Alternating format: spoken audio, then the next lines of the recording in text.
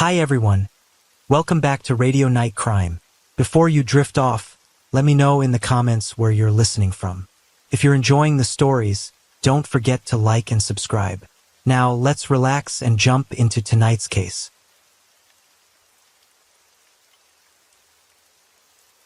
Story 1. Guy is a college student in Louisiana. Law enforcement officials showing a meat grinder and gas can were found in the trunk of what they say is Guy's car.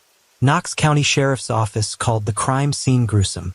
What investigators found inside has been dubbed by the state as a diabolical stew. It would be described as horrific, a very gruesome crime scene.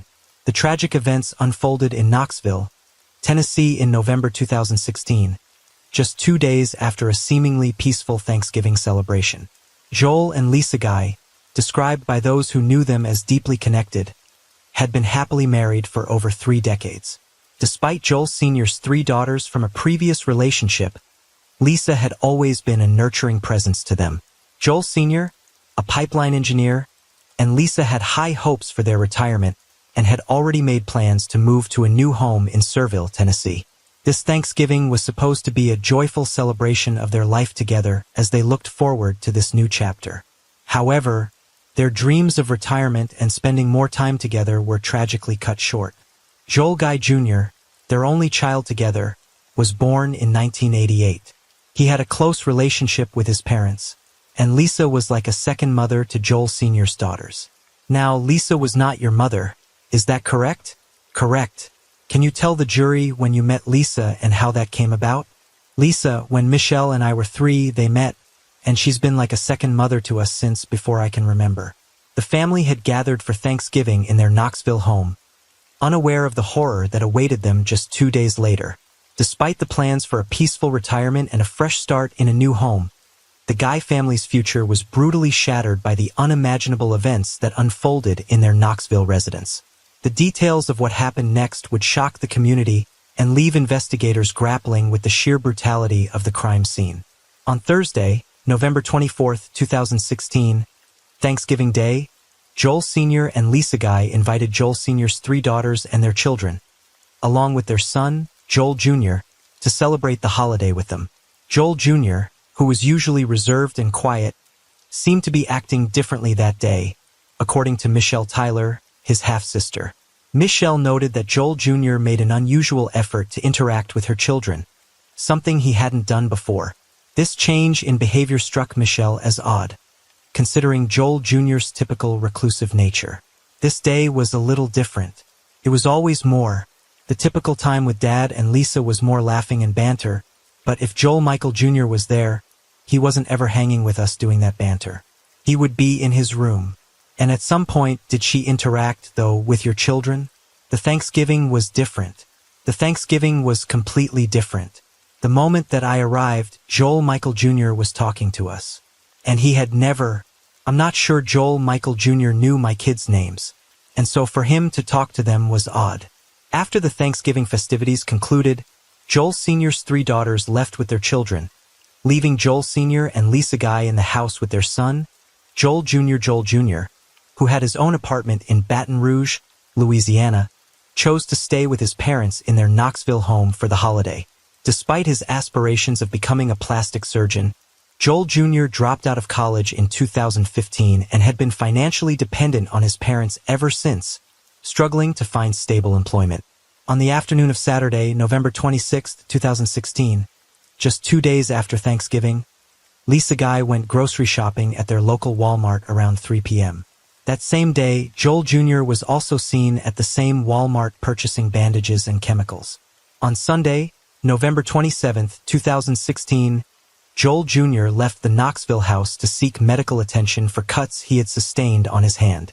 He drove back to Baton Rouge to be seen at the student clinic. This action, on its own, wasn't considered suspicious. However, on Monday, November 28th, Lisa Guy failed to show up for work. Her boss, Jennifer Whited, became concerned as the company was hosting a retirement party for Lisa, and her absence was unusual. Despite attempts to reach Lisa by phone, she did not respond to calls to her home or mobile phone. Worried for Lisa's safety, Jennifer contacted 911 and requested a welfare check on the Guy family. I have an employee that has not reported for work today, and I highly unlike her. I've tried calling her home number. I've tried calling cell phone and can't get a hold of her. What can we do about that? Can somebody go by and check on them? Yeah. Do you know her address? I do. It is Golden View Lane. My name is Jennifer Whited, Whited. And what company are you in? Jacobs Engineering. Okay. What's the employee's name? Lisa Guy Guy. Her husband's name is Joel, Joel. Should he be there too? Does he live with her? Yes, he does. And they do have a dog named Jake. I think he's a big baby. She is in her, I think, late 50s. Do you know if she has any medical issues? No, she has high blood pressure, but that's all that I know of.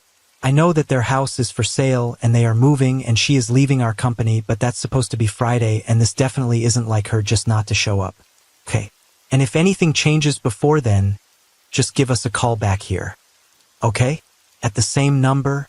Yes, ma'am. Okay, great. Thank you so much. You're welcome. Bye-bye. Bye-bye. Interview. The officer tasked with the welfare check was Stephen Ballard. He approached the Guy family home, rang the doorbell, but received no response. When he attempted to go around to the back of the house, he found the gate was locked and decided not to take further action. However, Lisa's boss remained concerned. An hour or two later, she called 911 again to request another welfare check. This time, Detective Stephen Ballard returned to the house, accompanied by Detective Jeremy McCord. Looking through the window, they observed groceries, including perishable items like milk and bacon, scattered on the floor. Despite the house being listed for sale, there was no real estate agent lock on the door. Additionally, they noticed that the back doorknob was missing. Ballard and McCord eventually gained access through the garage door. Upon entering, they felt an intense heat, the first chilling sign of the horror that lay within. There were 3 cases of beer perishables. There was breakfast meat, stuff like that, in bags that you could just see sitting there. And then immediately to the right is a formal dining room that had a large amount of long guns laying there. I think there was a red velvet cake at the end of the table. It just stuck out. Taking into account everything you've witnessed thus far, circumstances present outside as well as what you observed inside, how are you feeling at this point? It's terrifying because you don't know if somebody needs some help. It's just an odd situation. There's nothing downstairs that I'm observing that makes sense to me. What I'm saying, we go through houses and we clear houses regularly. And most of the time, if you encounter something, you kind of know right when you get in. This was a very different situation because once we get upstairs, it's like the world does a 180. Everything gets turned upside down. Inside the house, there were guns lined up on the dining room table. The smell of chemicals in the house was so strong that Ballard said his forehead was tingling in the toxic. I actually feel a tingling on my forehead from the time that I entered the home. As we continue on and start up the steps, the heat is more intense. It seems to be getting hotter. Upstairs, their fears were confirmed when they found a horrifying sight. A pair of human hands lying at the end of the hallway. Downstairs, something even worse awaited them in the kitchen. Realizing they could not proceed without backup, they left the property. No one was physically present in the house. Backup was soon called, and forensic investigators arrived at the scene. They discovered a large stockpot on the stovetop, emitting heat. Reddish-brown stains were found upstairs on the walls and banister. But the most shocking evidence was found in the bathroom. 2 containers containing liquid and pieces of tissue. Nearly every room of the home was filled with evidence. Chemicals and tools were scattered around the house, and traces were found everywhere. However, their son, Joel Jr., was nowhere to be found in the house. He was still alive. The police placed Joel Jr. under surveillance, considering him the only survivor and the prime suspect. He was apprehended on Tuesday, November 29, 2016, in Baton Rouge. A grinder was found in the trunk of his car. So what happened to Lisa and Joel Guy Sr.? It was clear they had been killed, and their son was the prime suspect. In a backpack inside the house, officers found a startling piece of evidence. A notebook used by Joel Jr. This notebook was the key to the deaths of Lisa and Joel Guy Sr. In fact, He had written checklists detailing equipment he needed and steps he would have to take in order to carry out the crime and evidence. The notebook, nicknamed the Book of Premeditation, showed that Joel Jr. had been planning the event for days, if not weeks, as early as November 7th, nearly 20 days before. CCTV footage shows Joel Jr. shopping for items later used. This is video of the male subject entering our grocery vestibule on November 26, 2016, at 3:26 p.m. His internet history also revealed searches for different chemicals. Joel's plan was to end his parents' lives and make it look like his father had committed the act. He planned to clean the scene, partially burn the house, and wrote notes about manipulating the thermostat. On November 26, 2016, Joel Jr. purchased items consistent with those found at the scene. That day, while Lisa was out shopping, Joel Jr. attacked his father. The room showed signs of struggle, but Joel Sr. was overpowered and attacked. Lisa returned home and, upon entering, witnessed the event. She rushed upstairs but was too late to save her husband. Joel Jr. attacked and killed her. He then placed her head in a stockpot on the stove. After obtaining a deep cut on his left thumb during the event, Joel Jr. left to go to a store, where he was seen buying supplies. Within just over 3 hours, both his parents were dead. Tragically, upon hearing the news of her daughter's death, Lisa's elderly mother collapsed and passed away before her daughter's funeral. Lisa's brother stated in court that his mother was heartbroken to learn that her grandchild was responsible for her daughter's death. To find out your daughter was murdered by your own grandchild was heartbreaking. My mother died. There are 3 deaths on your hands, on Joel Michael Guy Jr.'s hands. On that day, I lost my family. My mother is gone. My sister is gone. The world has forever changed. The impact of this crime is notorious. The evidence stacked up against Joel Jr. as the case came to trial, yet he pleaded not guilty. Evidence from family and from Joel Jr.'s notebook showed that his motive was financial. Joel Jr. had been financially supported by his parents for his whole life, with Lisa working tirelessly to give the majority of her paychecks to her son. Yet, as they were nearing retirement, the couple decided it was time for their 28-year-old son to stand on his own 2 feet and planned to cut him off financially. Joel Jr. had guessed what was happening and was not happy. Realizing that his parents would no longer support him, Joel hatched a plan. He thought that if both of his parents were dead, he would be able to access their $500,000 life insurance policy. On top of this, Joel Jr. would have access to his parents' other assets, such as their cars and boat. For most of us, hurting any of our family members is inconceivable, but Joel Jr. not only killed the 2 people who loved and supported him the most, but he did it for money. Joel Sr.'s family members took to the stand to confirm he had been planning to cut his son off financially. Joel Sr. had been planning to tell Joel Jr. that coming Christmas, which the family would have celebrated in their new home, had their lives not been cut tragically short. And this was a close family. They liked to talk and they discussed these plans. And you just can bet that Lisa Guy, who was Mr. Joel Guy Jr.'s biggest fan, his enabler, his supporter, you know that she told him. She had to tell him in advance what he was in for, what was coming up for him. You know that happened. If they're talking about it with Michelle and Angela and Joel Sr.'s sisters in October and November, you know that the defendant knew about it and you know that his mother told him. So he knew what was coming. And he's smart. He's smart enough to know that once his mom retires, once she quits her job, that insurance money is gone. He isn't getting that. He's not getting that. And he's not used to supporting himself.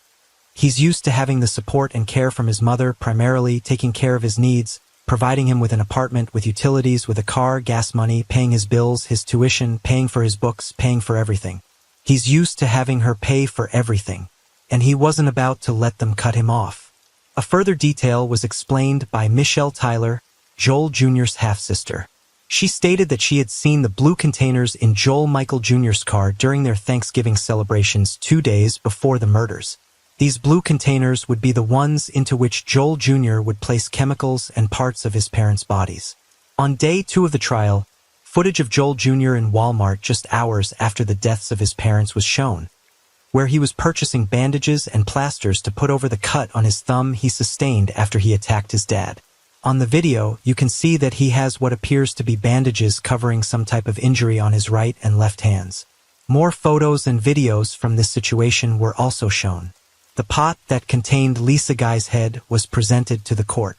Multiple items in the house used for the incident had Joel Jr.'s fingerprints on them.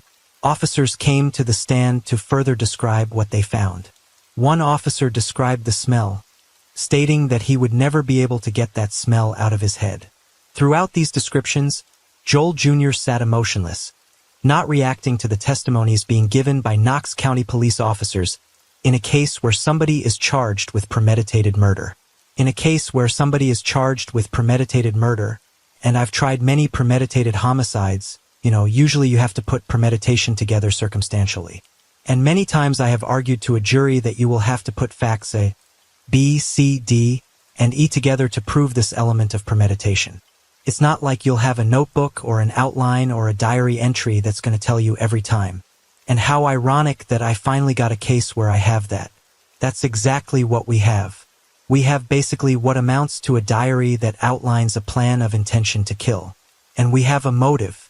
Each new detail presented in court revealed the depths of Joel's actions. On the third day of the trial, a further forensic investigator described how they removed the liquefying bodies from the property, describing the way the body part of Joel Guy Sr. had been entirely dissolved by the substance, leaving it bare. Joel Jr.'s only friend and old roommate also spoke to the jury. Michael McCracken, who met Joel Jr. at school, had been friends with Joel for nearly 10 years. He described Joel Jr. as a socially awkward person who was becoming more of a recluse as he got older. A phone call between the two after Joel Jr. had been arrested was played for the court, in which Joel said that Michael was the only good thing in his life.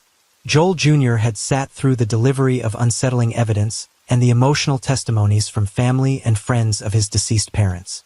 Yet, this moment, seeing his best friend in court, was the only time Joel Jr. showed emotion in the trial. The fourth day of the trial, on Thursday, saw the beginning of deliberations. Joel Guy Jr. turned down the opportunity to testify, and the charges against him were read out again. Finally, on Friday, October 2, 2020, Joel Guy Jr. was found guilty on all charges, including 2 counts of first-degree murder, 3 counts of first-degree felony murder, and 2 counts of abuse of a corpse. Joel was found unanimously guilty on all 7 counts. With over 700 pieces of evidence shown to the court, Joel Michael Guy Jr. remains in prison and is incarcerated at the Northwest Correctional Complex in Tiptonville, Tennessee. His sentence will last for 124 years, and he'll be eligible for parole on April 30, 2136.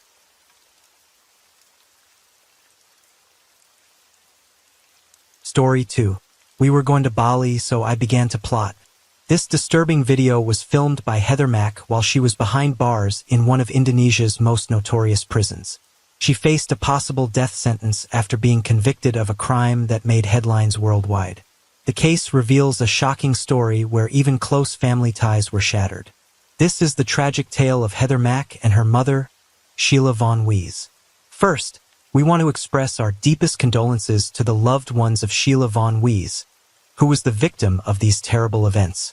On August 11, 2014, 19-year-old Heather Mack and her 62-year-old mother, Sheila, arrived in Bali for a vacation. Sheila had spent a lot of money on the trip, hoping to mend their strained relationship, but unbeknownst to Sheila, Heather had darker intentions. In the early hours of August 14th, they checked into the St. Regis Hotel in Nusa Dua, Bali. During check-in, Sheila discovered 2 rooms booked under her name and saw a passport belonging to Tommy Schaefer, Heather's boyfriend. Heather had used Sheila's credit card to book a separate room and a plane ticket for Tommy without her mother's knowledge. Furious, Sheila stormed off and didn't return that day. On August 12th, Tommy arrived at the resort and went to the room Heather had reserved for him. That night, Heather and Tommy put their sinister plan into action. After giving Sheila sleeping pills, Heather texted Tommy to let him know it was time. When Tommy entered the room, Sheila was drowsy but still awake. Once inside, with the door shut behind him, Tommy picked up a fruit bowl and hit Sheila over the head. He and Heather then continued to beat Sheila until she stopped breathing. Together, they concealed Sheila's body in a suitcase. CCTV footage later showed the couple carrying the suitcase on a luggage cart and loading it into a taxi. This terrible crime shocked the world, leaving many to wonder why Heather would murder her own mother in such a brutal way. Police have reported that the body of a 62-year-old woman was found stuffed in a suitcase on the resort island of Bali, Indonesia. The grim discovery was made on Tuesday, inside a taxi parked in front of the luxury St. Regis Hotel. The woman, found half-dressed with head injuries, raises many questions. One big question is about Heather Mack. Who is she and what could have led her to such a tragic situation? Heather Mack was born in 1995 to James L. Mack, a well-known jazz musician and composer, and Sheila and Vaughn Wees. As their only child, Heather received a lot of love and attention. Even though James was already in his 60s when Heather was born, he was very involved in her life. Growing up in a wealthy Chicago household, Heather seemed to have everything. Her parents showered her with gifts, and she never lacked for anything. Family and friends say she was the center of her parents' world. The Macks were a close family and often took vacations together, but their trips were frequently marred by bad luck. In 2001, when Heather was 6, the family went on a Royal Caribbean Mediterranean cruise. During the trip, James hurt his foot while swimming.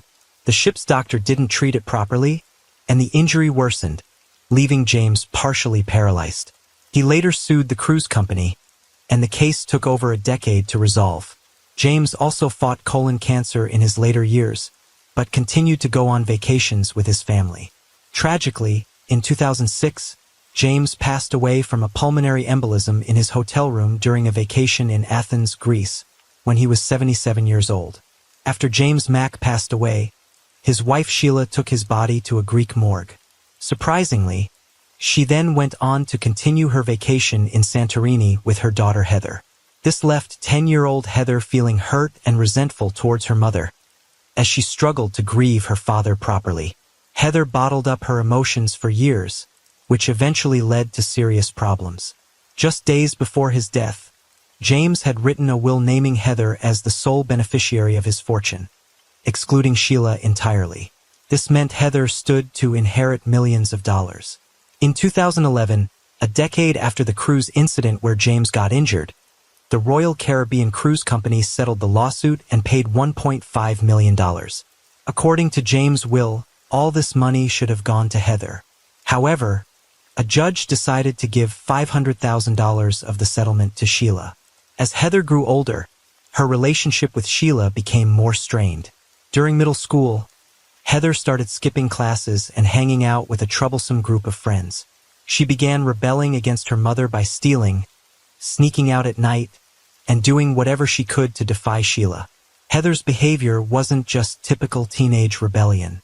When she and her mother argued, Heather would sometimes use Sheila's credit card to stay in fancy hotels. She even stole large sums of money from her.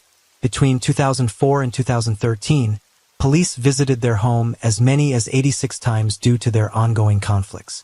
Sheila told close friends that Heather was becoming increasingly violent towards her. As Heather grew bigger, it became harder for Sheila to avoid getting hurt. Heather's rebellion often turned into physical abuse. Whenever Heather stole money or credit cards from her mother, fights would break out, and Heather would sometimes bite, hit, or punch Sheila. Sheila often had to call the police for help because Heather was becoming too difficult to control. By the time Heather was a senior in high school, at just 15 years old, she had fallen in love with a young man named Tommy Schaefer.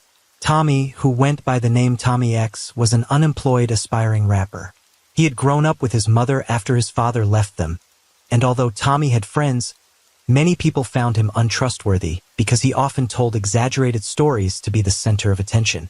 Sheila believed Tommy was a bad influence on Heather, who was already troubled, and she didn't approve of their relationship. Despite Sheila's disapproval, Heather and Tommy bonded over their shared experiences of losing their fathers. They dreamed of a future where they could use Heather's inheritance to live a lavish life together. Sheila tried hard to stop this from happening. For example, once, when Heather ran away and checked into a hotel with Tommy using Sheila's credit card, Sheila reported the card as stolen. While Heather got a warning, Tommy was charged with disorderly conduct. This incident increased the tension between Heather and her mother. The situation escalated in February 2011. During a heated argument, Heather pushed Sheila into the bathroom, causing her to fall and break her arm. Making matters worse, Heather then unplugged the phone, preventing her mother from calling an ambulance. Heather seemed to lack empathy and didn't care about causing her mother pain. She often destroyed household items during their fights, like breaking plates and picture frames. Sheila confided in her friends about how difficult it was to handle Heather's behavior. Once, Heather was arrested, but Sheila chose not to press charges, hoping things would improve. Unfortunately, they only got worse. In January 2012, after another big argument where Heather broke things in their home, she ran away again. This pattern of fighting and running away was becoming all too common. Even though friends and police officers advised Sheila to press charges, she refused. Sheila didn't want Heather to end up with a criminal record. She held onto the hope that Heather would eventually grow up and their relationship could be repaired. Hoping a change might help, Sheila moved them from Oak Park to a high-rise apartment in Chicago's Gold Coast neighborhood. But instead of getting better, things took a turn for the worse. Heather became pregnant with Tommy's child and dropped out of high school.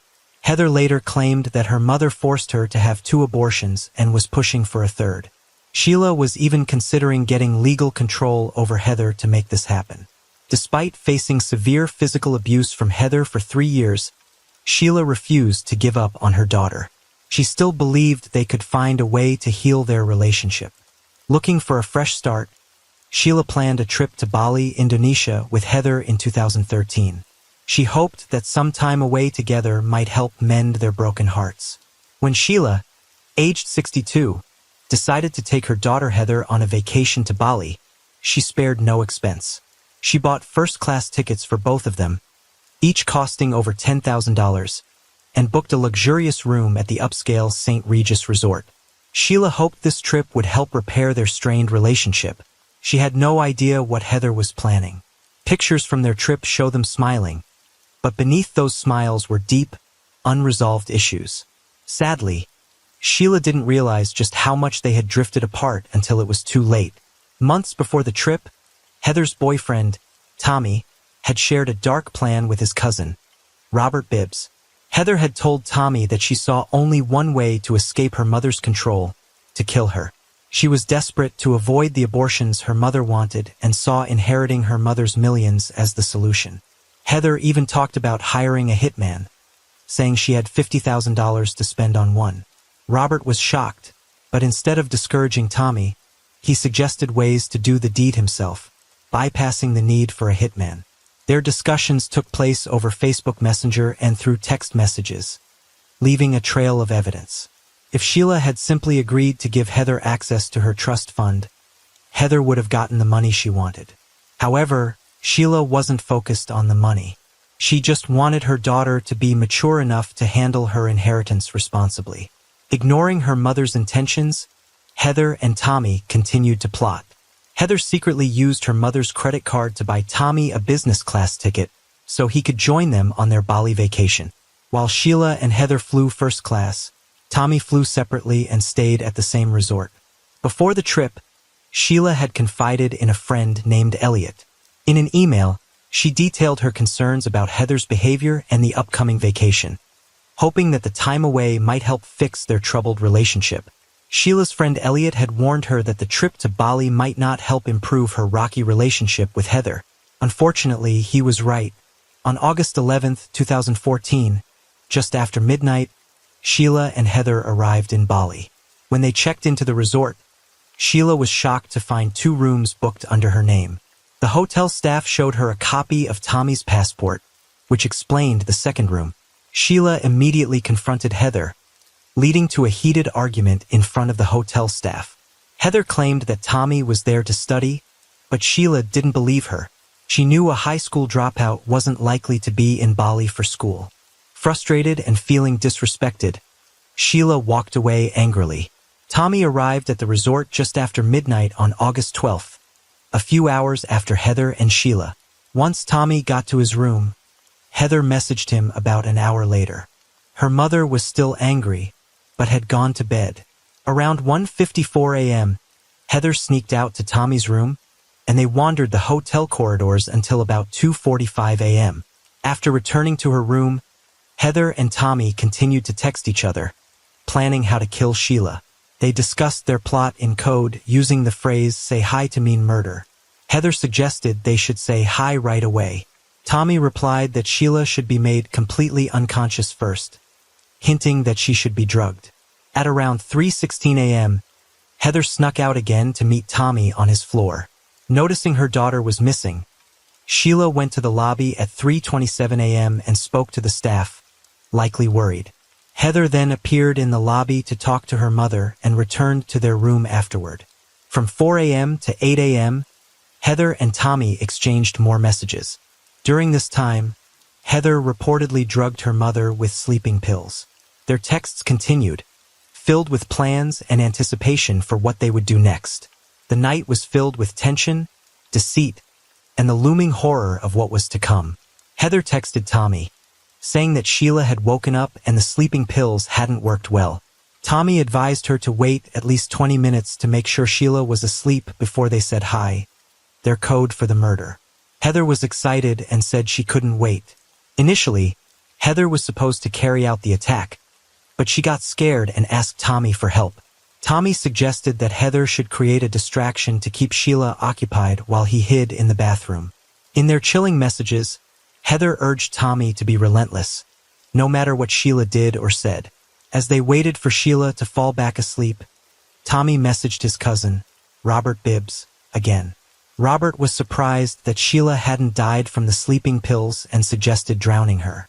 Tommy, aware of the resort's security cameras, decided instead to hit Sheila with something hard. He sent Heather a picture of a glass fruit bowl with a metal handle, and they agreed it would make a good weapon. The plan was for Tommy to jump out and hit Sheila over the head with the fruit bowl, knocking her out so they could kill her together. They would then claim that Sheila had slipped and fallen. Heather pretended to go get some water and confirmed that the bowl was a suitable weapon. Their final text exchange was around 8:57 a.m.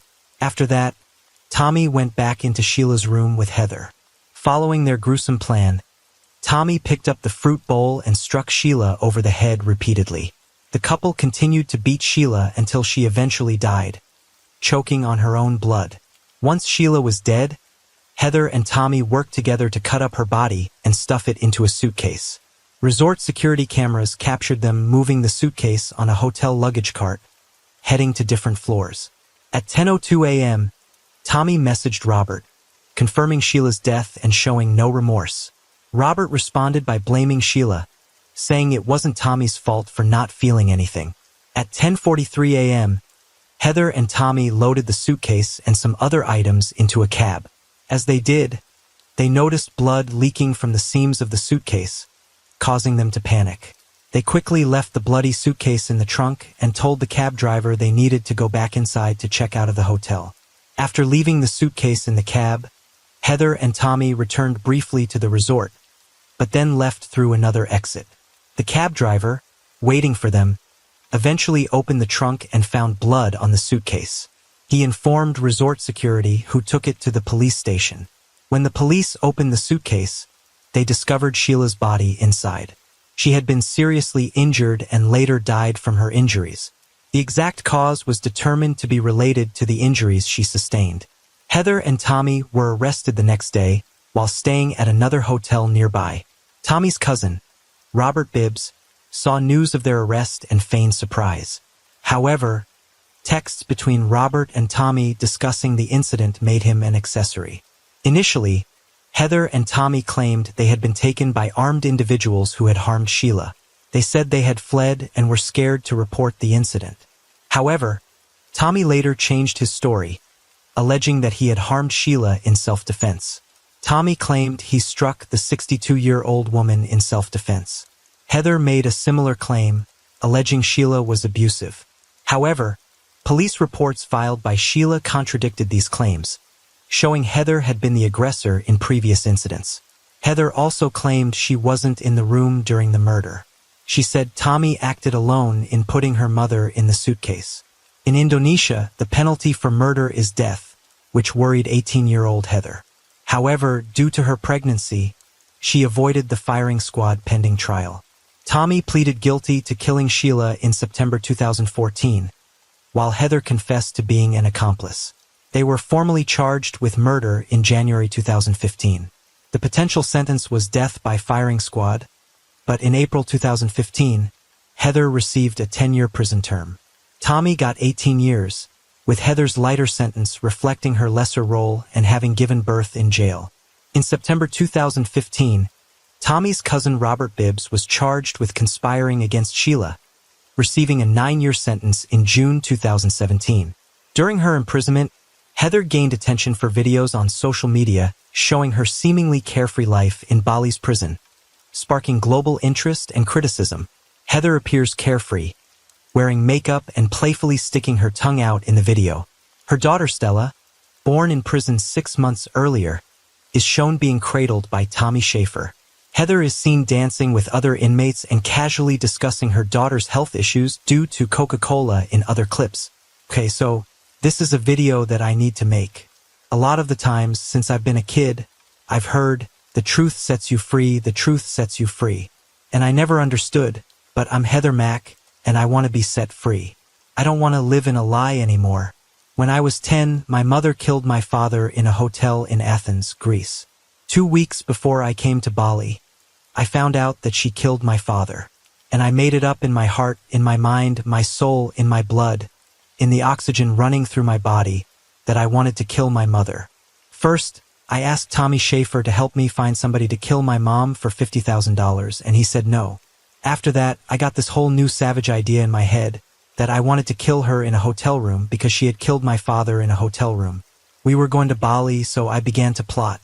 I began turning off Tommy's phone, taking Tommy's phone when he was asleep, starting in Chicago, taking Tommy's phone and having conversations between Tommy and myself, texting myself, having fake conversations, and then deleting them before he could see them. I did that because part of me knew that with this plan of killing my mom in a hotel, that I might get arrested. I didn't want to get arrested by myself in a different country. Heather claimed her mother had killed her father, and that all conversations with Tommy were actually Heather pretending to be him. She asserted Sheila was abusive towards her during her teenage years. However, Heather's uncle and aunt argued these statements were fabricated. Evidence showed Heather's father, James Mack, died of a pulmonary embolism at age 77, with no foul play suspected. Sheila never pressed charges against Heather, despite injuries over the years, suggesting Sheila was the victim, not the abuser. After raising her daughter Stella in prison for 2 years, Heather had to relinquish custody to a foster family. She believed they were providing good care. Heather was released early in October 2021 after serving 7 years in prison. Wanting to stay in Bali due to safety concerns in Chicago, she was extradited to the U.S. because she lacked a visa, as did her daughter. Heather was arrested upon arrival in November 2021 and held in a federal penitentiary. Her trial was initially scheduled for July 2023, but in June 2023, Heather entered a guilty plea for her charges.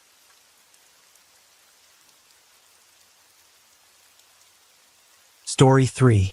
We're going to explore the Lissy family tragedy, a harrowing case that raises questions about what drives a seemingly devoted family man to commit unspeakable acts. It also prompts us to examine the characteristics of psychopathy and how such individuals can blend into society, concealing their true nature until they unleash unimaginable horrors. Psychopathy, a personality disorder characterized by traits like lack of empathy, emotional shallowness, egocentrism, and manipulative charm, can be difficult to detect. Even those closest to a psychopath may not recognize the danger until it's too late. The Lissy family story serves as a stark reminder of this reality. Despite outward appearances of a loving family, tragedy struck, revealing a darker side hidden beneath the surface. The man behind the heinous act shocked everyone with his calculated actions and chilling motives. Yet, psychiatric evaluation confirmed his awareness and premeditation, leaving many baffled and shaken. This case shook Italy, particularly the serene province of Mavisanti, where the tragedy unfolded. It etched itself into the history of the small Milanese suburbs as one of the most notorious crimes. Now, Let's delve into the events leading up to this tragic conclusion. In the early hours of Saturday, June 14, 2014, the quiet town of Mavisantai was disrupted by the desperate cries of 31-year-old Carlo Lei, who claimed that his entire family had fallen victim to intruders who had broken into their home. He miraculously survived because he was out with friends at a local sports bar watching the soccer match between Italy and England. Upon returning home, he discovered his house in disarray and the lifeless bodies of his 38-year-old wife, Christina, their 5-year-old daughter, and their 1.5-year-old son. Neighbors immediately called the police and emergency medical services. While waiting for them to arrive, the operator asked Carlo to check for any signs of life and possibly start CPR if there were any. However, he refused to step inside the house or touch the bodies, even before confirming their demise. Carlo's behavior, although possibly attributed to shock, raised eyebrows. He struggled to react emotionally with dry eyes and an almost indifferent expression despite attempting to cry. His recollection of events was muddled and his statements conflicted. He claimed to have recorded the discovery of the bodies on his phone's camera, believing it would prove his innocence. However, this recording ended up being a key piece of evidence against him, among others. The robbery narrative initially advocated by Lissi was swiftly dismissed by the police. Instead, he became the prime suspect as more physical evidence was uncovered at the crime scene. Doubts about his mental health began to surface. Now, let's introduce the main characters of this narrative, starting with Christina Lissi. Born Christina Omis on September 17, 1975, in the small northern Italian town of Pavia, she was the eldest child in her family. She exhibited a strong-willed, independent, and highly ambitious nature, always marching to the beat of her own drum. Christina possessed leadership qualities and was constantly striving to excel in whatever she undertook, whether it was her schoolwork, performances in the drama club, or any day-to-day activities. Thanks to her excellent organizational skills and ability to lead, she always had a wide circle of friends. After finishing high school, Christina was accepted into a prestigious university in Milan and soon moved out of her parents' home to start an independent life. Despite this, she maintained a close relationship with her family, staying in constant touch. Her parents knew they could always rely on their eldest daughter. At the age of 19, while still attending university, Christina took a job at a branch of a major Italian insurance company located in Emme Visconti. She quickly earned the respect of her superiors and colleagues, and her career was on a fast track to success. Upon graduation, she had a wide array of opportunities before her. Instead of moving to a big city, she chose to stay closer to home in the countryside. By this time, she had already received a promotion at work and assumed a managerial position, becoming a leading specialist in the field of civil insurance. However, even as she grew into an adult and a successful woman, Christina never gave up her youthful passion for theater.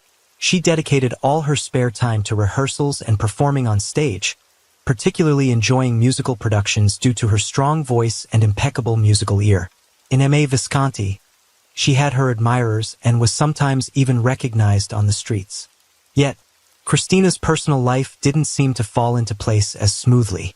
She had many suitors and occasional romances, but most of the men she encountered seemed frivolous, unreliable, and unsuitable for a serious relationship or family life. She held on to the belief that she would eventually find her true love and achieve happiness. Carlo Lissi, the unassuming psychopath, entered the world in the fall of 1982 in the Italian commune of Casarano as the eldest of 2 sons in his family. The family patriarch held conservative views and was quite strict, even harsh, with his children. Carlo's younger brother quickly became the parents' darling, constantly pampered and protected, while they demanded unquestioning obedience, stellar academic performance, and high achievements from their firstborn. From childhood, Carlo strived to meet his parents' expectations, always acting as instructed. He excelled academically, participated in volleyball, a sport his father chose for him despite Carlo's passion for soccer, and never argued with his father, who often stated that his house operated solely on his rules. It was easy to upset or anger their father, who became terrifying when enraged, so Carlo made it a point never to contradict him, always enviously observing his father's and mother's more affectionate treatment towards his younger brother. As a teenager, Carlo became nervous and withdrawn, dreaming of doing something on his own, yet fearing his father's wrath. His fears, internal struggles, and self-doubt affected his relationships with peers. Carlo had almost no friends at school. He was seen as an uninteresting individual, often openly bullied without the ability to defend himself, as his father had crushed his self-esteem and suppressed any desire to assert himself. Over time, Carlo learned to adapt and blend in, avoiding conflict, trying to merge with the crowd and being superficially polite and kind, even to those he despised. It seemed Carlo had lost his own emotions, or perhaps never had them, laughing or mourning with others, but his emotional responses always remained shallow because he never truly felt those emotions. Another trait of Carlo was his skill in dodging uncomfortable questions. He wasn't a pathological liar, but knew how to prevaricate and evade with such an impassive demeanor that it seemed he was speaking the truth. People who knew Carlo personally later recalled his diminished capacity for empathy. He could be described as callous and indifferent to the troubles and sorrows of others, including those close to him. After finishing school, Lissi enrolled in a prestigious university's economics faculty, chosen by his father despite Carlo's disinterest in economics or working with numbers. His opinion was never sought and he couldn't challenge his father's decision. Thus, Carlo was accustomed to acting against his own interests just to meet others' expectations. Carlo was quite handsome and knew how to use it to his advantage. His youthful sports activities and regular gym visits in adulthood made him even more attractive. Coupled with some charm and superficial charisma, Carlo could be described as a real looker with a dazzling smile and athletic build. People often admired his looks, leading to excessive self-love and clinical narcissism. Lissi easily initiated flings with women but was incapable of engaging in serious long-term relationships. Firstly, he tried to avoid any responsibility. Secondly, he had no interest in making long-term plans, simply going with the flow.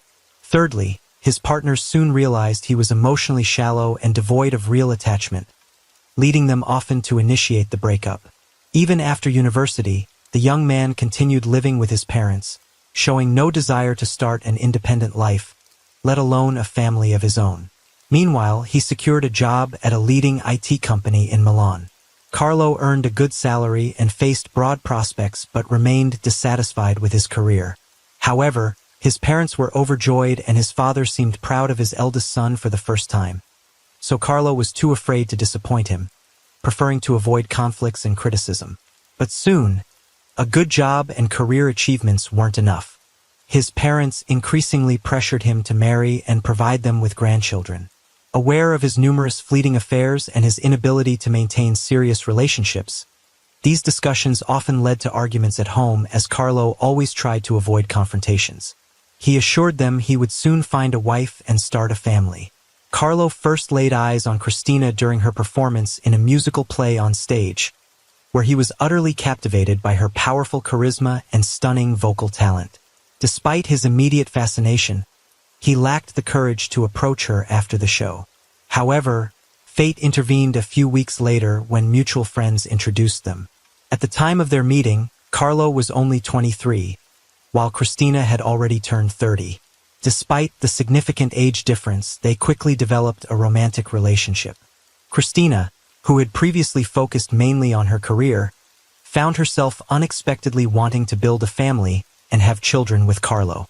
He was handsome, career-oriented, and intelligent. Christina perceived his hesitancy, dependency, noticeable selfishness, and some emotional coldness as traits that could be mended. She took the initiative in their relationship, with Carlo compliantly following her lead. Just a few months into the relationship, Omis introduced Carlo to her family. Christina's parents, however, were not pleased with her choice. They saw her suitor as frivolous, with Christina's mother describing him as a child in a man's body. She believed her daughter needed a more emotionally mature partner who could be a reliable support, not this immature young man. Christina, however, disagreed and decided to follow her heart, as she always had. Conversely, Carlo's parents were thrilled with his choice.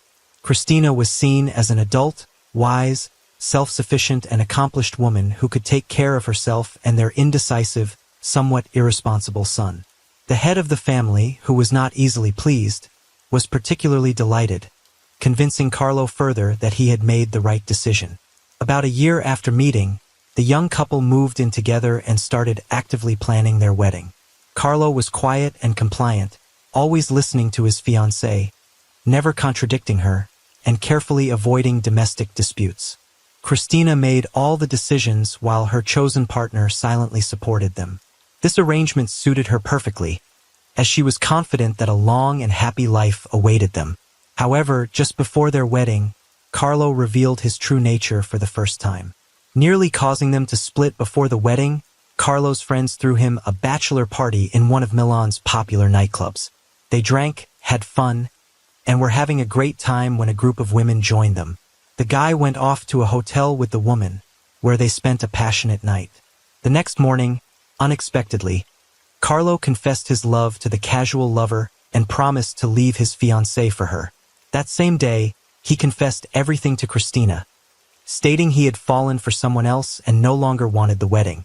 Christina handled the news with dignity, packed her belongings, and decided to move back to her parents' house temporarily while finding her own place.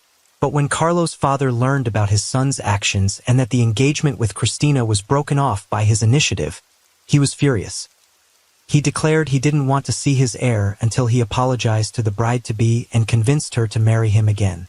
Once again, Carlo submitted to his father's will.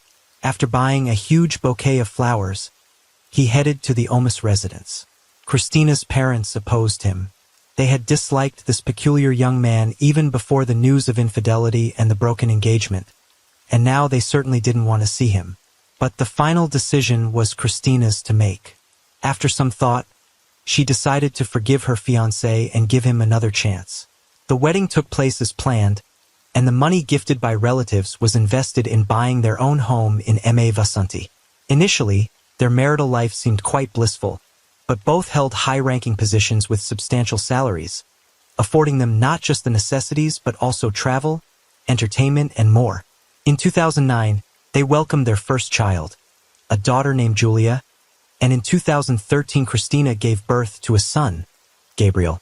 To the outside world, they appeared as a happy family, full of love and understanding.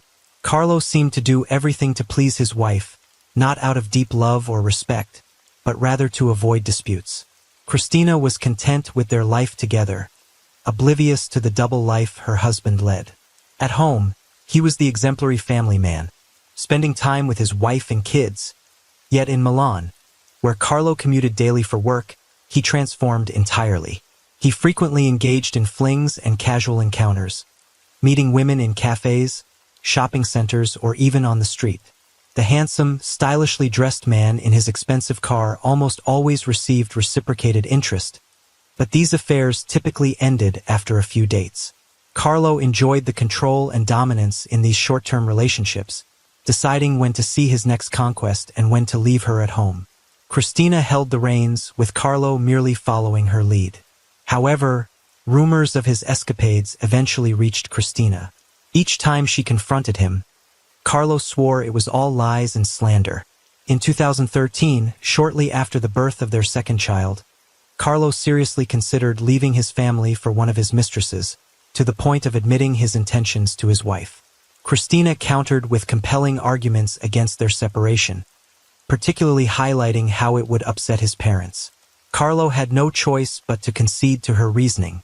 A year later, in early 2014, a new employee named Maria, young and attractive, joined Carlo's workplace. He fell for her instantly, unable to think of anyone else. He tried everything to catch her attention, giving small gifts, complimenting her, and asking her out repeatedly. However, Maria was clear about not wanting to engage with a married coworker who had 2 children, but Carlo, persistent in his pursuit, seemed to ignore her protests and didn't think of giving up. Moreover, Carlo began to blame his family for his unhappiness, believing his wife and children were obstacles to his personal joy. He convinced himself he had never been happy in his marriage or in life for that matter. But with Maria, He imagined he could have the perfect relationship if only he wasn't bound by his marital ties and responsibilities as a father. The more he dwelled on this thought, the darker his contemplations became.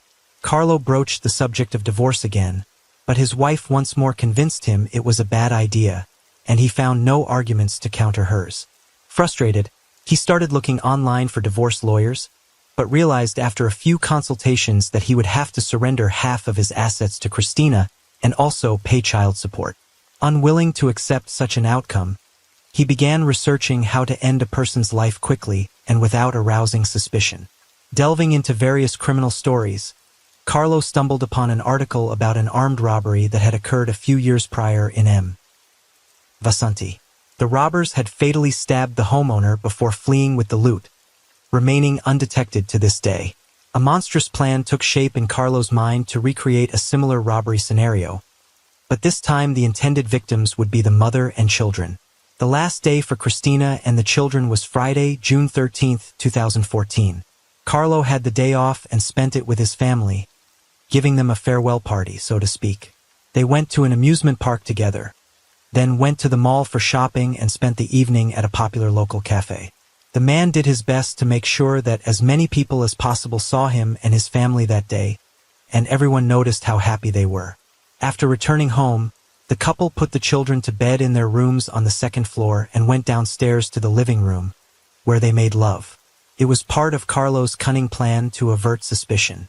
He knew that the examination would establish the fact that he and Christina had consensual intimacy, and who would think that after that, a man would suddenly take the life of his wife and children. The woman knew that her husband was going to watch soccer with friends and assumed that he went to get dressed, and she herself settled down in the living room at the TV. But Carlo, at that time, went to the kitchen, where he took a large knife and stealthily crept up to his wife from behind. He stabbed her in the side of the neck, but Christina not only remained conscious but also rushed to escape. Apparently, she did not immediately realize who had attacked her, and when she turned around and saw her distraught husband with a knife in his hand, she was shocked. The victim tried to defend herself and dislodged the knife, causing the man's hand to slip and injuring his palm. Despite her efforts, the strength disparity was too great. Carlo continued his assault until Christina showed no signs of life. He then went upstairs and cut the throats of his sleeping 5-year-old daughter and 18-month-old son. Experts later concluded that the children likely did not suffer and probably didn't even wake up. Neighbors, some of whom heard loud screams, did not call the police, thinking the noise quickly subsided. Carlo clumsily staged a robbery, erasing his fingerprints and cleaning the floor where he had stepped in fresh blood. However, he left blood splatters unnoticed on his clothing. His claim of a robbery was quickly dismissed. Investigation revealed no logical reason for robbers to harm the children. Carlo became the prime suspect and gave inconsistent statements. Evidence, including a bloodied cloth in the trash, pointed to premeditated murder. Despite being labeled a psychopath, Carlo insisted on his innocence. His motive, revealed later, was to avoid divorce settlements with his wife and financial obligations to his children, so he could pursue a relationship with another woman. Carlo was sentenced to life in prison in January 2015. He showed no remorse and attempted but later withdrew an appeal. His father, unable to accept his son's actions, died shortly after Carlo's conviction.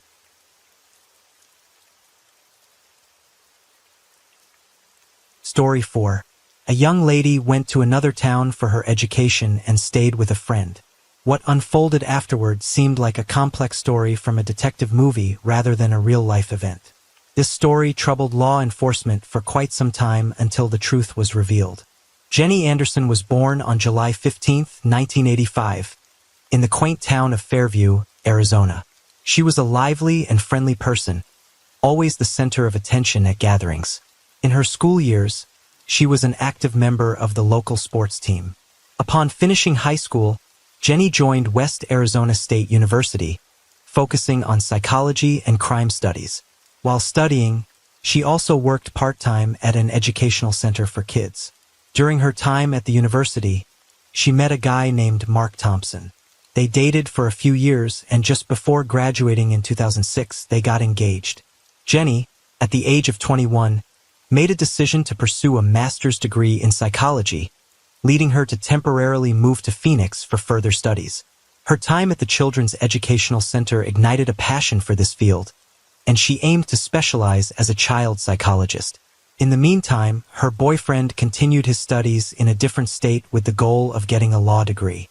Even with the distance, they stayed in touch every day and began preparing for their upcoming wedding, which was just a few months away. When she moved to Knoxville for her studies, Jonah arranged her own place to stay. However, in the first few weeks, she stayed at her friend Jason's apartment. They had been classmates with her boyfriend at the university.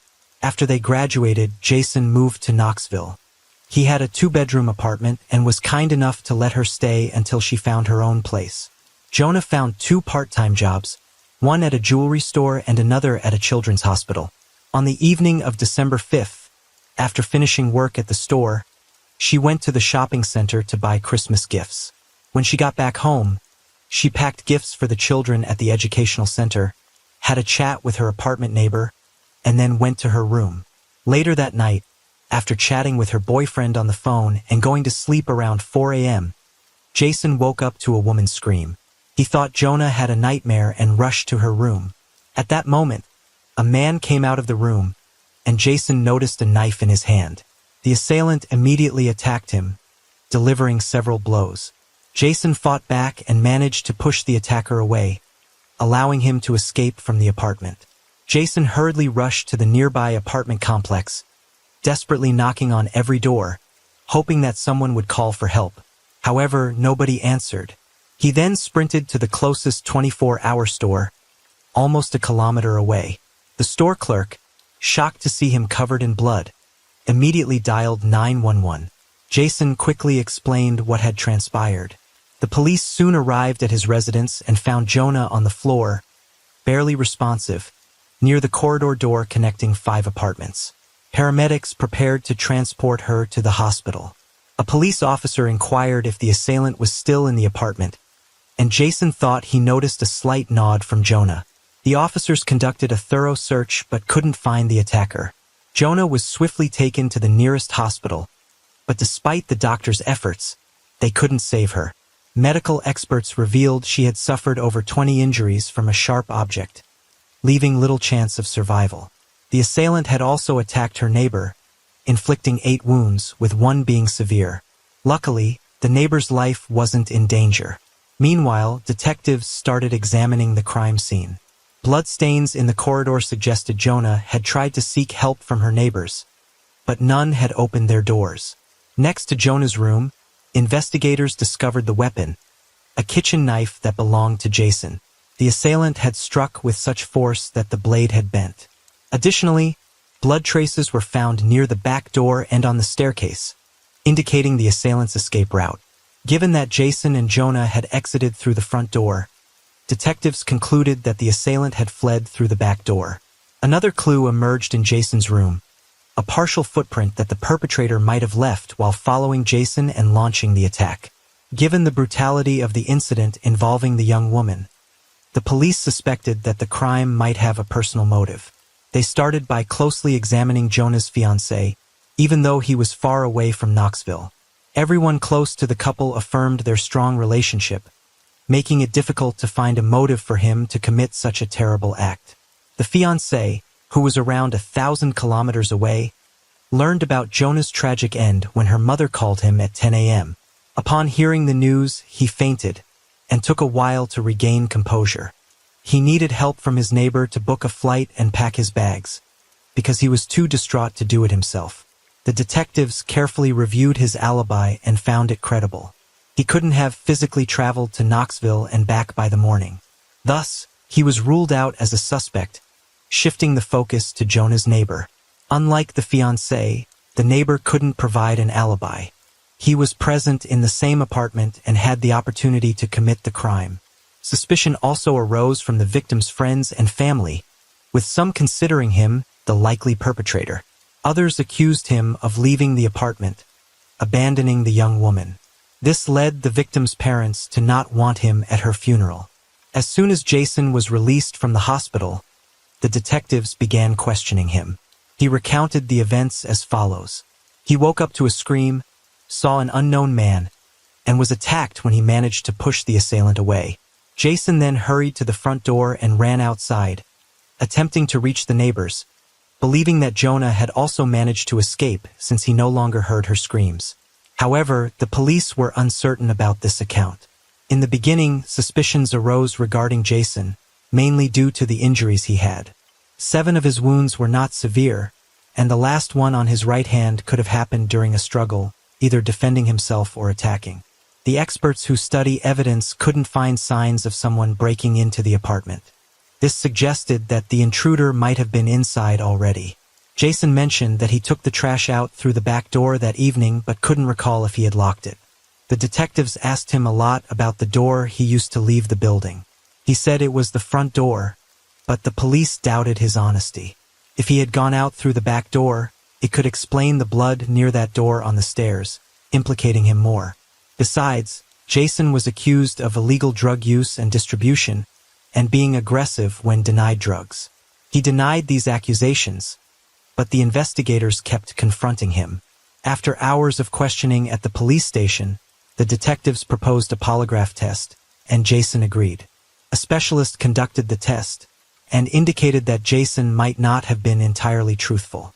This distressed Jason, and he strongly proclaimed his innocence, fearing for his life as he believed the real criminal was still out there. However, the detectives weren't convinced. They couldn't arrest Jason for the crime because there wasn't enough evidence against him. They needed to wait for the forensic experts to complete their examination of the few pieces of evidence found in the apartment. Then, an unexpected twist in the story happened. On the knife believed to be the murder weapon, they discovered 3 DNA samples. The young woman who had passed away, Jason, and an unknown male. Shockingly, the unknown male's DNA was also found in Jonah's room on the back door handle, and on the staircase the intruder used to escape. Furthermore, a fingerprint, covered in the victim's blood, was found on the knife handle, and it did not match Jason's fingerprint. The police started having doubts about him being the person involved in the incident. The proof indicated that another individual was present at the apartment that night. However, when they checked the DNA against known records, they found no matches. Even though the detectives stopped considering Jason as the suspect, the public still believed he was guilty. People accused him of leaving his girlfriend and not protecting her. On top of that, Jason began struggling with post-traumatic stress. Soon, an interesting revelation came to light. The person handling the lie detector misunderstood the machine's readings. In reality, there were no signs indicating that Jason was being deceptive. Moreover, there was no concrete evidence linking him to illegal substances. The accusations were a tactic to pressure him. What's crucial is that the severity of Jason's injuries was initially downplayed by the police. In truth, he had suffered severe harm, making full recovery unlikely. Due to these police reports, the insurance company covered only a fraction of his medical expenses. This left Jason in significant financial trouble after he was no longer a suspect. Once Jason was no longer a suspect, the police questioned him as a witness. Based on his account, they created a rough description of the attacker. It was complicated because the room was dark, and Jason couldn't clearly see the attacker's face. The attacker immediately assaulted him as he left the room. Detectives found something interesting in Jonah's room: a cap and scattered discs near the back staircase. Initially, they thought these items belonged to Jonah or Jason. However, Jason denied it. According to him, none of those things were in his apartment, implying that the perpetrator left them behind. The investigators shared an approximate description of the suspect with the media. This led to numerous potential leads, as people provided information about acquaintances who remotely resembled the description. Detectives followed up on each lead, and one of them seemed particularly intriguing to a detective. They got a tip that around the time Jonah faced a terrible fate, a gang of young people known for illegal house entries, particularly theft, was active nearby. One of them, a 19-year-old named Michael Perkafaw, had a resemblance to the suspect description. The police initiated a search for him. It wasn't simple, given Michael was already wanted for theft. But now, being suspected in connection to the tragic incident, the search intensified, involving dozens of officers. Eventually, they located him and brought him in for questioning. The investigators quickly noticed something about Michael's shoes. The pattern on the soles looked similar to the footprint found at the crime scene, left by the assailant. They gathered DNA samples and fingerprints from him, sending them off to the experts. During the interrogation, Michael surprisingly confessed that he and a friend indeed broke into Jonah's place that night. According to him, their aim was theft, but his friend turned violent, attacking Jonah with a knife. However, the detectives found inconsistencies in Michael's account. The provided details didn't match the actual evidence, and there were no signs of two outsiders at the crime spot. Further lab results deepened their doubts. Michael's DNA, fingerprints, and shoe soles didn't match the evidence at the murder site. It became evident that Michael was lying. Oddly, such situations happen frequently. In many high-profile cases, individuals wrongly claim guilt, some seeking attention, and others hoping for rewards or recognition. Michael's motives remained unclear, but his story was proven false. Since then, investigators have interviewed over 1,000 potential suspects and gathered about 400 DNA samples. However, they haven't found a match yet. In the early stages of the investigation, a reward was offered for any information leading to the case's resolution. Over time, the reward increased, reaching $60,000 by December 2005, 1 year after the tragic incident. The governor of the state contributed $20,000 of his own money, grabbing more public attention. Even with many leads, none of them led to solving the case.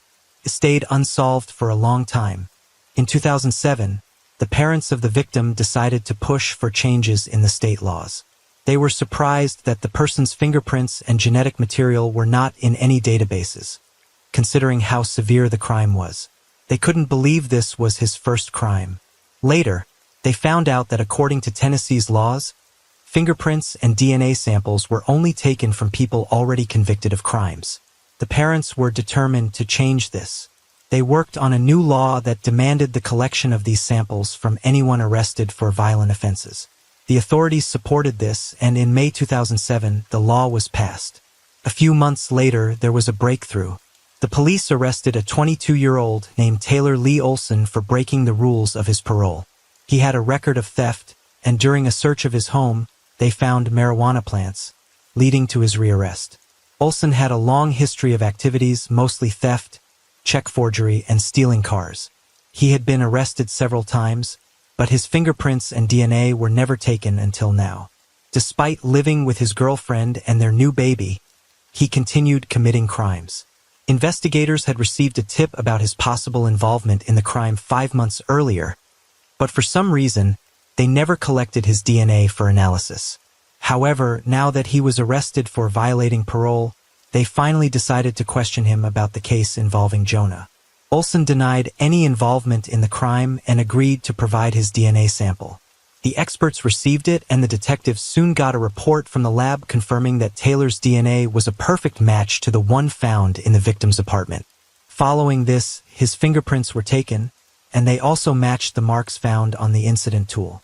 Olson was later apprehended, and the investigators brought him in for questioning. Initially, he denied any involvement, but eventually he chose to admit. Taylor explained that on that night, he wanted to take John's car and entered the flat through the rear entrance to get the keys. When he entered the young woman's room, she woke up and started yelling. That's when Olson grabbed a kitchen tool and caused harm multiple times. Although he stated he didn't plan to hurt anyone and it happened unintentionally, the detectives had doubts about some parts of his story. They were inclined to think that Taylor had planned the event from the start. It seemed he might have been following the person for a while. This was indirectly supported by a piece of information noted earlier in the inquiry. Jonah's friends informed the investigators that she was followed by someone in a vehicle. At that time, they couldn't find evidence to confirm it, but after Olson's arrest, they considered the possibility that he had indeed been following her. Despite the uncertainty about some details, there was no doubt about Olson's involvement. His DNA and fingerprints were found on the tool used, indicating that he caused the harm. Olson's trial was set to begin in the middle of 2008, and by then, he had already employed a legal representative. Evidently, the lawyer advised him to withdraw his earlier admission, and Taylor provided a new version of the incident to the detectives. Now he claimed that he and a friend named Noah Cox were in his apartment together.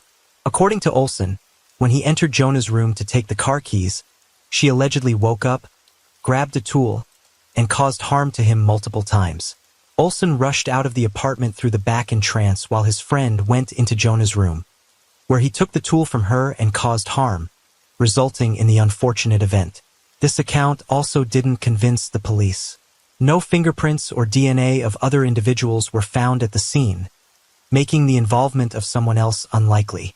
The detectives were waiting for the trial to commence, but fate had a different plan.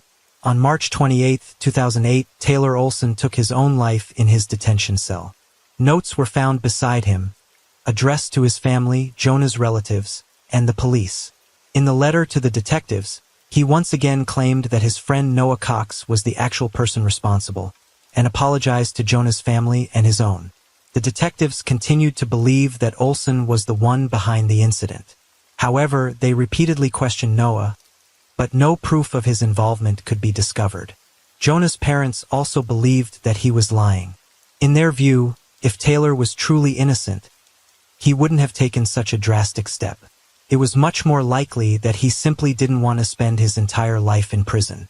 Moreover, for several months after his initial admission, Olson continued to maintain that he acted alone, and no one else was present with him.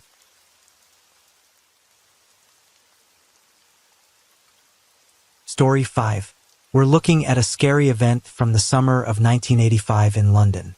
It was a sunny and warm time, full of peaceful nature. But at 3:30 in the morning on August 7th, Jeremy B. Amber, who lived at White House Farm, got a sudden phone call. His foster father was on the line, sounding panicked. Jeremy couldn't understand what his father was saying, but he heard something about his sister having a gun and behaving strangely. Jeremy called the police right away and told them about the scary conversation. The police arrived an hour and a half later, following Jeremy.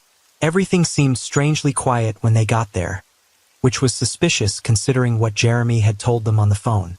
Because they thought there might be weapons involved, the police decided not to rush in.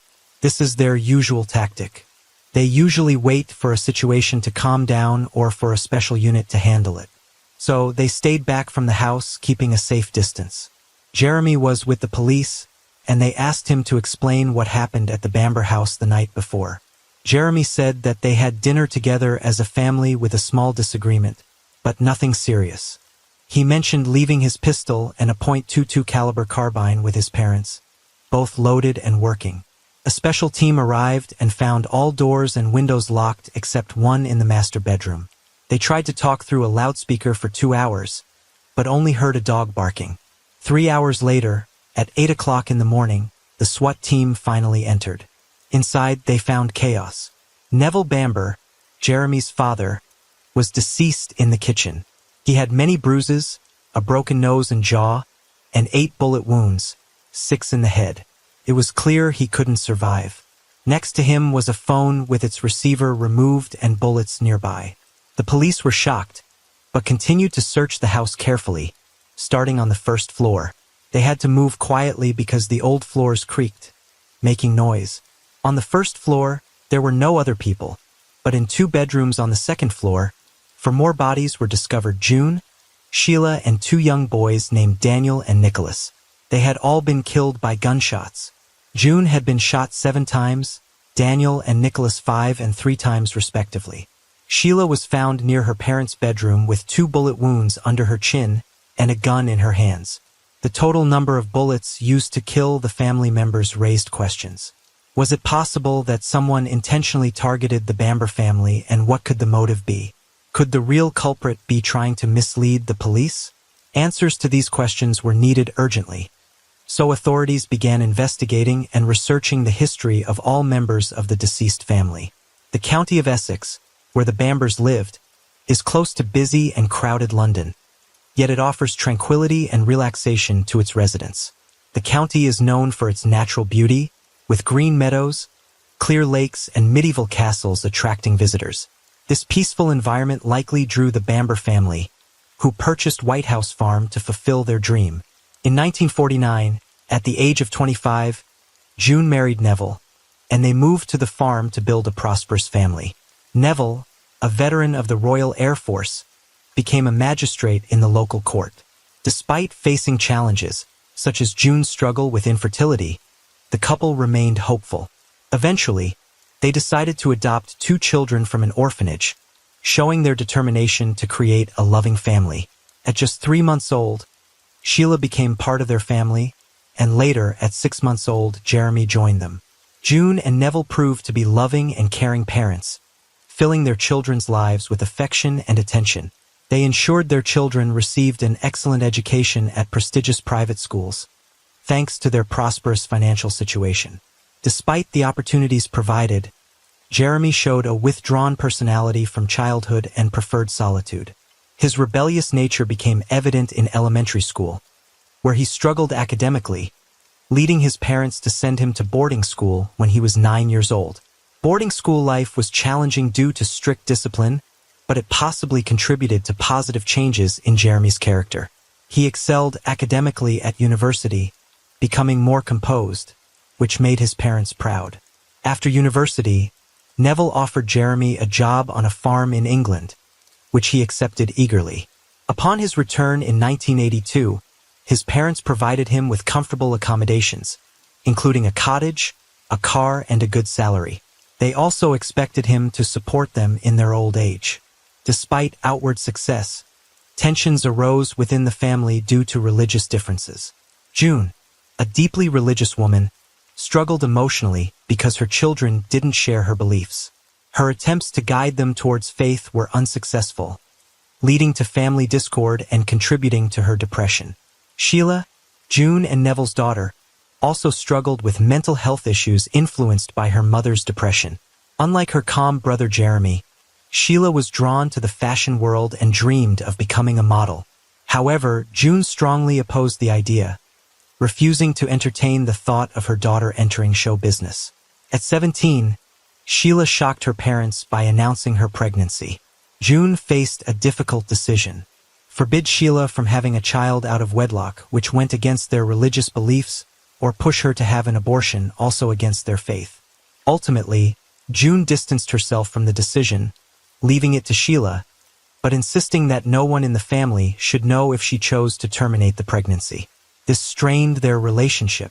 In 1977, Sheila married Colin Cuffell, the father of her unborn child, despite her parents' objections.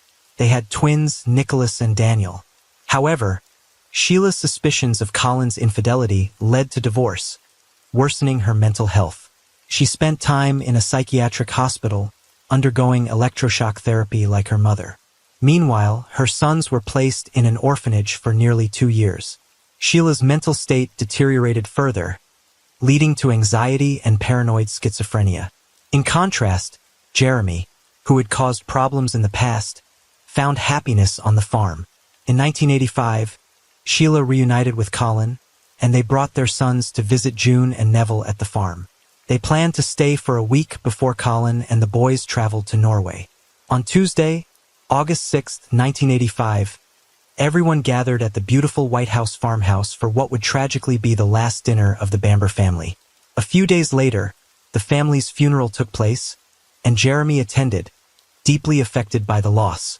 However, during this time, Jeremy's behavior began to raise suspicions. Relatives of the Bambers reported strange behavior from Jeremy to the authorities. Despite grieving, Jeremy would sometimes make odd remarks, referring to himself as the boss and displaying an unusual smile, hinting at a sense of satisfaction. These observations prompted authorities to investigate further. The ill-fated evening seemed normal at first, a family dinner with a joyful atmosphere and good food. However, tension arose when Neville and June suggested that Sheila send her children back to the orphanage, implying she couldn't care for them properly. Sheila reacted sharply, expressing her independence in making decisions about her children. At 9:30 p.m., Jeremy left for his house, while Barbara Wilson, the farm's secretary, called with a work-related issue. Neville answered, displaying unusual irritability with loud voices and arguing heard in the background. An uncommon occurrence for the Bambers, surprising Barbara. Barbara couldn't figure out the cause of the argument, as Neville quickly ended the call. The next morning, all family members in the house were found shot dead, except for Jeremy, who was left alive. He couldn't hide his tears, and investigators respected his emotions, giving him time to recover before questioning him. Jeremy cooperated fully, sharing all available information, including his sister's life struggles and the dinner conflict on August 6th. Initially, it seemed that Sheila, influenced by her mental state and upset by her parents' remark, committed the desperate act of violence. Investigators believed that Sheila, overwhelmed by the intrusion into her privacy, lost control and turned to gun violence, shooting the family before taking her own life. Evidence, such as the weapon found pointing towards her chin, supported this theory. The detective's actions afterward might seem odd in hindsight. However, doubts arose when Jeremy's girlfriend, Julie, questioned his innocence. She revealed that on the night of August 7th, Jeremy called her, mentioning farm issues, but abruptly hung up when she pressed for details. Additionally, some peculiar details emerged. She remembered Jeremy complaining about his family several times before the tragedy, expressing exhaustion with his in-laws. But the most shocking part of her testimony was about the Bamber will. Apparently, the Bambers had a will stating that all their property would be divided equally between their children, with Sheila's share to be rewritten in favor of her twins. This upset Jeremy, and he openly shared his dislike for this idea with his friend. According to Julie, Neville's will also stated that Jeremy had to work on the farm to receive his share of the inheritance. But the most alarming revelation was when Jeremy supposedly expressed his desire to kill his family and blame it on Sheila, who was mentally unstable. He even acted out a scene in front of the police, trying to appear as a witness to the tragedy. Julie admitted to telling the police about this, not only to help the investigation, but also out of a desire for revenge as she had learned about Jeremy's affair. In an attempt to divert suspicion from himself, Jeremy falsely implicated a plumber he claimed to have hired. However, this plan failed when the plumber provided a solid alibi, narrowing down the list of suspects to Jeremy himself. Despite being temporarily arrested, Jeremy was released due to a lack of solid evidence against him. Surprisingly, the police allowed him to travel abroad, even though his financial situation had significantly improved after inheriting his parents' wealth. He wasted no time and went on vacation to Saint-Tropez, France, and sold his father's car a few days before departing. Jeremy's cousins urged authorities to reconsider the theory that Sheila was the perpetrator. They even approached the police and media, but their efforts were dismissed by the deputy head of the CID. Undeterred, one of the cousins secretly investigated the scene himself, driven by doubts about Sheila's involvement. He managed to gain access to the house and found a shocking piece of evidence: a silencer for a .22 caliber carbine with traces of blood in a closet. This discovery led him to new conclusions. The length of the weapon, including the silencer, suggested that Sheila couldn't have used it to shoot herself. This indicated that Sheila couldn't have been part of the crime. Since she was shot twice and bleeding, it would have been impossible for her to remove the silencer and hide it in the closet. However, if she fired the gun without the silencer, why were there blood traces on it? This suggested that the silencer was indeed used during the crime. On September 29th, Jeremy returned home and was promptly arrested and charged with the murder of his family. The trial began on October 3, 1986 at Chelmsford Crown Court. Throughout the trial, Jeremy appeared arrogant in the dock. Prosecutors accused him of lying, and phone technicians confirmed that the Bamber home's phone line was busy that night. Key testimony came from the medical examiner, who noted injuries on Neville's body, indicating he had resisted blows. The examiner suggested that Neville had been beaten with the .22 caliber carbine.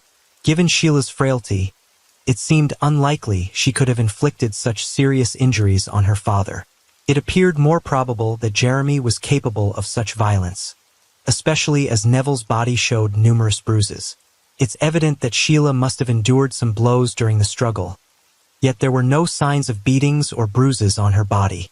Jeremy's lawyers argued that despite her mental issues, Sheila was physically capable of committing the crime. They pointed to her experience with guns and excellent shooting skills as evidence. Furthermore, Sheila's blood appeared fresher than that of other family members, suggesting she might have killed them before taking her own life, either as a realization of her actions or in response to the approaching police. The prosecution countered these theories by pointing out that the silencer, with Sheila's blood on it, was found in the closet instead of on the carbine. This undermined the defense's arguments. With no solid counterpoints, the defense struggled against the prosecution's case. According to the prosecution, Jeremy's motive was anger over the divided will, driven by financial reasons. On the day of the incident, witnesses saw Sheila behaving normally and the housekeeper didn't notice anything unusual. This testimony weakened the defense's position further. The farm clerk phoned Neville around 9:30 p.m., sensing that she had interrupted an argument. She noted Neville's unusual annoyance before hanging up, an uncharacteristic reaction from him, as he was typically calm. Around 10:12 p.m., Jeremy left his in-laws' house and returned home late at night. He used a bicycle borrowed from his mother to avoid detection, taking a route away from the main road. Jeremy entered the house through an open window on the first floor, where he found a preloaded gun. In his parents' bedroom, he shot and killed his sister, June.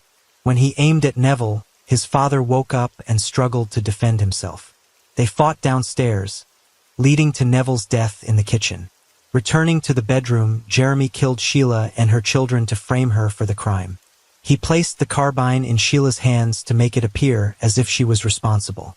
Afterward, Jeremy returned home, first calling his friend Julie, nearly giving himself away with excitement, then contacting the police, claiming his father had called him. However, this call raised suspicions during the investigation. If Neville was in danger, he likely would have contacted the police directly rather than calling his son. Additionally, despite Jeremy's claims, there was no blood on the phone in the Bamber house, suggesting Neville wasn't injured at the time of the call. This suggested that the telephone receiver in the house had been removed as part of staging the crime scene. Jeremy's behavior also raised suspicions. Why didn't he rush to the scene after his father supposedly called? Given the circumstances, it was his family involved. Considering all known facts, the jury deliberated on the verdict.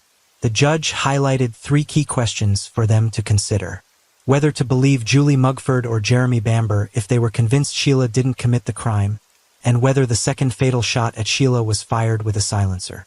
After over 9 hours of deliberation, on October 28th, the jury unanimously found Jeremy Bamber guilty by a majority vote of 10-2, meeting the minimum requirement for conviction. He received 5 life sentences without parole. Home Secretary Douglas Hurd ruled in 1988 against releasing him. Despite no direct evidence of Jeremy Bamber's guilt, controversy persists. Some believe in a miscarriage of justice, suggesting Sheila Bamber may be the true culprit. Jeremy insists on his innocence, filing appeals with his lawyer, arguing biased judgment due to his behavior in court. Jeremy Bamber contends that there's insufficient evidence against him, pointing to unexplained aspects of the case. Tests on Sheila's hands weren't conducted. There were allegations of police misconduct at the scene, and speculation of retaliation by Jeremy's ex-girlfriend remains. In 1991, Jeremy Bamber requested a trial, but in 1996, a police officer destroyed much of the physical evidence, which Jeremy's defense team criticized as a disgrace. In 1997, a DNA test revealed the presence of Sheila and June's blood in the silencer, but the results were complex and inconclusive. In 2012, gun experts from the US and UK argued that the injuries on the bodies didn't match those typically caused by a silencer. In 2015, Jeremy Bamber filed an appeal demanding access to all evidence for his defense, but he was sentenced to an additional 14 years for fraud, as he posed as a lawyer to obtain it. Seeking to prove his innocence, Bamber set up websites discussing the case and offered a significant reward for evidence overturning his conviction. The Bamber family's case continues to garner public attention, raising doubts about the verdict's correctness. What's your opinion on whether Jeremy is guilty?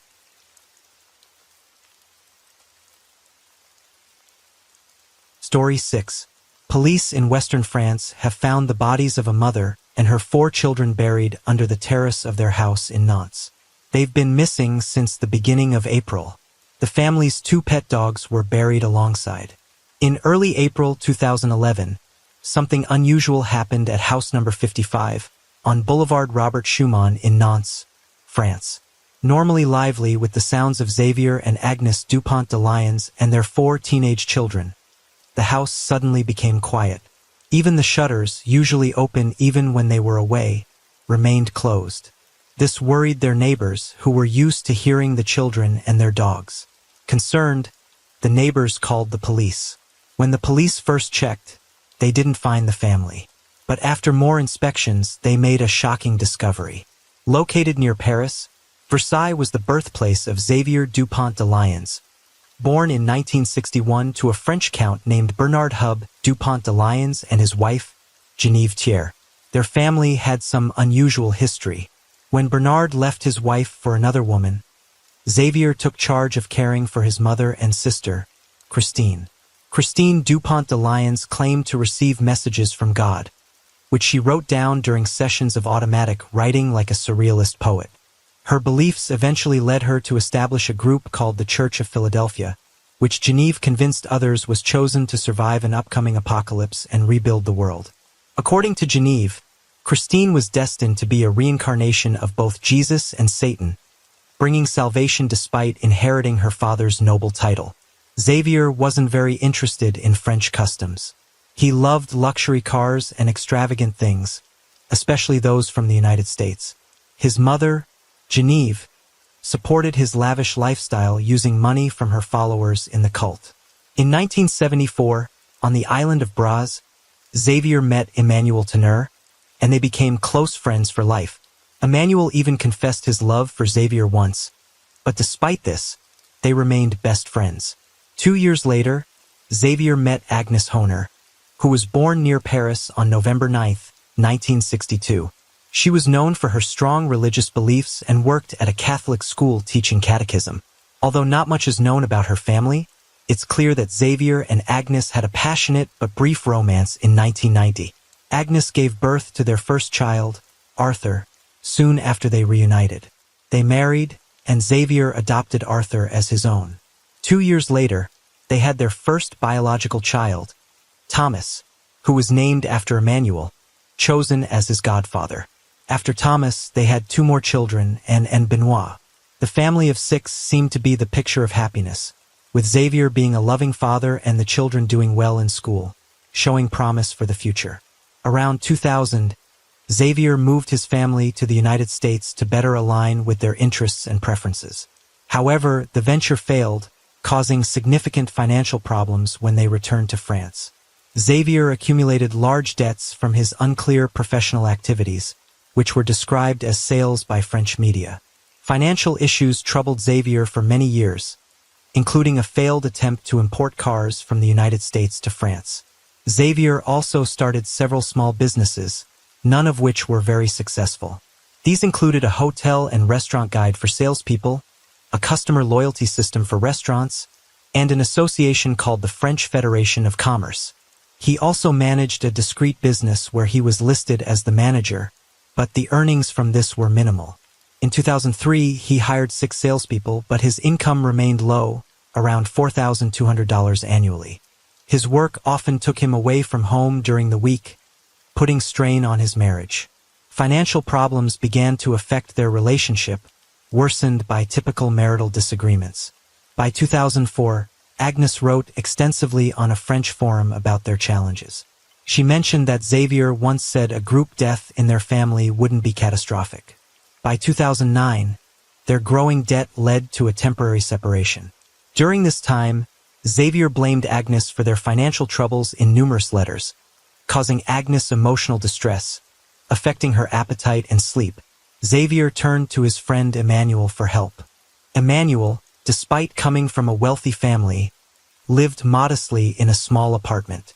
He generously lent Xavier large sums of money, funded his travels, and even co-signed for the house where Xavier settled with his family in the late 2000s. Once settled at 55 Boulevard Robert Schumann, neighbors saw Agnes as bossy and less pleasant than her husband. Behind closed doors, Agnes faced personal turmoil, viewing Xavier as emotionally distant, rigid, and sometimes abusive. She confided in friends from her prayer group about her fears of Xavier's mother, Genevieve, whom she described as mentally ill and controlling. In January 2011, Xavier hoped for an inheritance following the death of his father, Bernard, despite the gap between his lifestyle and financial struggles. However, Xavier was in for a surprise when he looked into his father's estate. There was hardly anything significant left, just a few papers, a rifle, a card, a ring, and some cash. Xavier took these items shortly after Bernard's death. Within hours, he withdrew cash using his father's card. By February 2nd, he obtained a firearms license, and by March 12th, he purchased a silencer for the rifle. During this time, he practiced shooting in his garden, aiming at a balloon on a stand.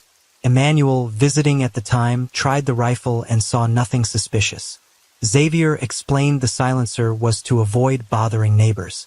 On Friday, April 1st, Xavier and Emmanuel went to a shooting range where Bernard's inherited rifle was a topic of interest. The next day, Emmanuel called Xavier several times, speaking with him for nearly an hour. Investigation suggests the horror began on Sunday, April 3rd. That evening, Xavier, Agnes, and their children went to the movies and enjoyed dinner at a restaurant. Everyone was there except Thomas, who was studying at a nearby university hostel. After returning home, Xavier messaged Christine about their dinner outing. The widely accepted theory is that Xavier drugged his family while they slept, then shot and buried them in the garden, including their 2 Labrador dogs. Xavier's alibi was as calculated as his actions. On Monday morning, April 4th, Xavier started contacting people in their circle.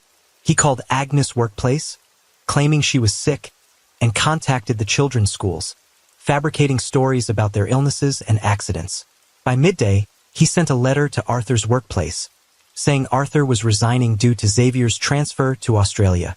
He still had Thomas to deal with. That evening, he met Thomas for dinner near his university residence. Afterward, Thomas returned to his room. The next day, Xavier sent an urgent message to Thomas, claiming Agnes had a bicycle accident and was in a coma at a hospital. This prompted Thomas to rush to Nanta.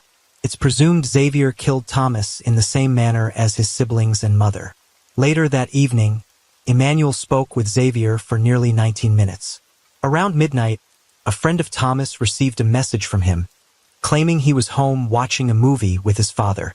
Thomas was likely already dead by then. About an hour later, Xavier emailed Emmanuel to arrange a meeting. Emmanuel reminded Xavier about having power of attorney and the location of a key on a sailboat, which seemed unusual given the circumstances. Xavier's actions were far from discreet. He moved in and out of his house openly, even leaving a note on the door to stop delivering mail. Instead of hiding, he withdrew cash from ATMs and was captured by security cameras. He used his credit cards at restaurants and stayed in hotels under his real name. As Xavier attempted his perfect escape, neighbors began noticing troubling signs. The once open windows of the chalet stayed closed for days. Local children no longer saw the family's 4 children playing, and the dogs stopped barking. Agnes didn't return to work. It seemed as if they had vanished without a trace. Neighbors, alarmed by these clues, contacted the authorities. When officers arrived, they found a nearly empty refrigerator with only a few jars of preserves. The kitchen had a still damp mop, a chess set was left on the living room table, and guitars were on the sofa. The scene was eerie. Beds were stripped, picture frames empty, and closets missing clothes. Amidst the mystery, on April 9th, a letter surfaced addressed to family and friends. It claimed Xavier had been hired by the U.S. Drug Enforcement Administration and that the family had to go into witness protection, explaining their sudden disappearance. This story raised suspicion and worry among neighbors, who felt something was not right. Concerned for the family's safety, they urged authorities to investigate further. Meanwhile, Xavier traveled through southern France in his car. As media attention grew, more details emerged. On April 15th, security cameras caught Xavier entering a small hotel near Cannes. He parked, took a bag, and disappeared into nearby woods. This was the last confirmed sighting of him. Curiously, on the same day, Emmanuel called his mother, revealing secrets. He was homosexual, an alcoholic, and depressed. Responding to pleas from neighbors and lacking leads, authorities revisited the family home on April 21, 2011. They noticed a freshly disturbed patch of earth under a terrace, leading to the discovery of a concrete slab. Moments later, they made a grim discovery. The bodies of Agnes and her 4 children were found wrapped in bags, each with multiple gunshot wounds and covered in religious symbols. They had been carefully buried in burlap sacks with quicklime. The family's 2 Labradors were also found buried nearby. Despite an extensive search, no traces of blood, fingerprints, or DNA were found at the scene. Xavier became the most wanted man in France, accused of the brutal massacre. His face was plastered across the news, earning him titles like the most wanted man, the non-to-killer, and the face of horror. Despite this publicity, he seemed to have mysteriously vanished without a trace. Autopsy results on the 5 bodies revealed a carefully planned execution. Most of the victims had been shot in the head, and traces of a sedative were found in the children, suggesting they were attacked while asleep. Investigators discovered that Agnes, in the master bedroom, had a device for managing sleep apnea that stopped functioning at 3:27 a.m. on April 4th. Speculation arose that Xavier might have hesitated to kill Thomas, possibly due to his position as the heir to the family name. Due to Xavier's close relationship with Emmanuel, the authorities questioned him extensively. Initially cooperative, Emmanuel suggested that Xavier's disappearance might have been a form of pilgrimage before suicide. However, deeper investigation into Emmanuel's life revealed inconsistencies. Police searched his apartment and seized his laptop, uncovering extensive correspondence with Xavier. These emails ranged from mundane to philosophical, with one particularly intriguing email sent on April 6th.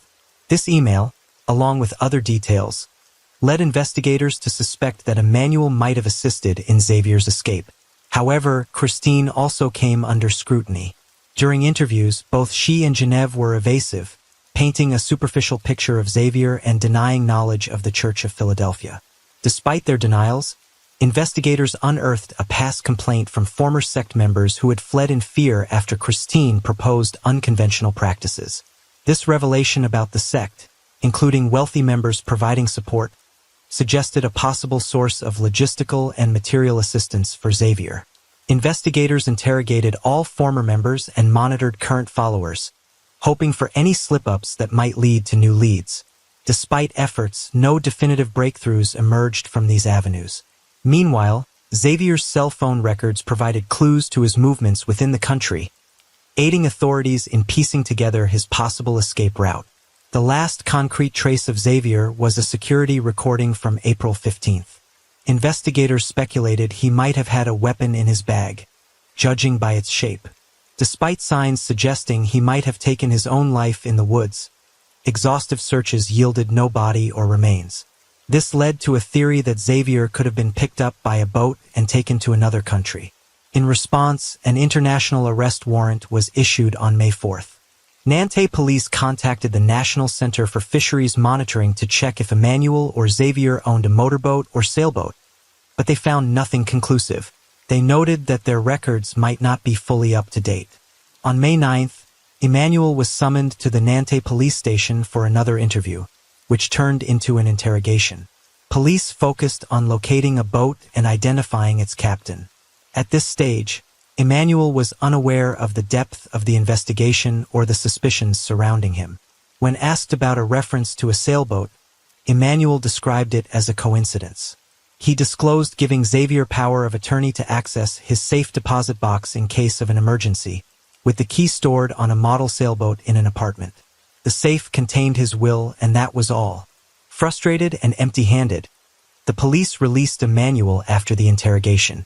Despite several coincidences, the investigation into Xavier's disappearance remained uncertain.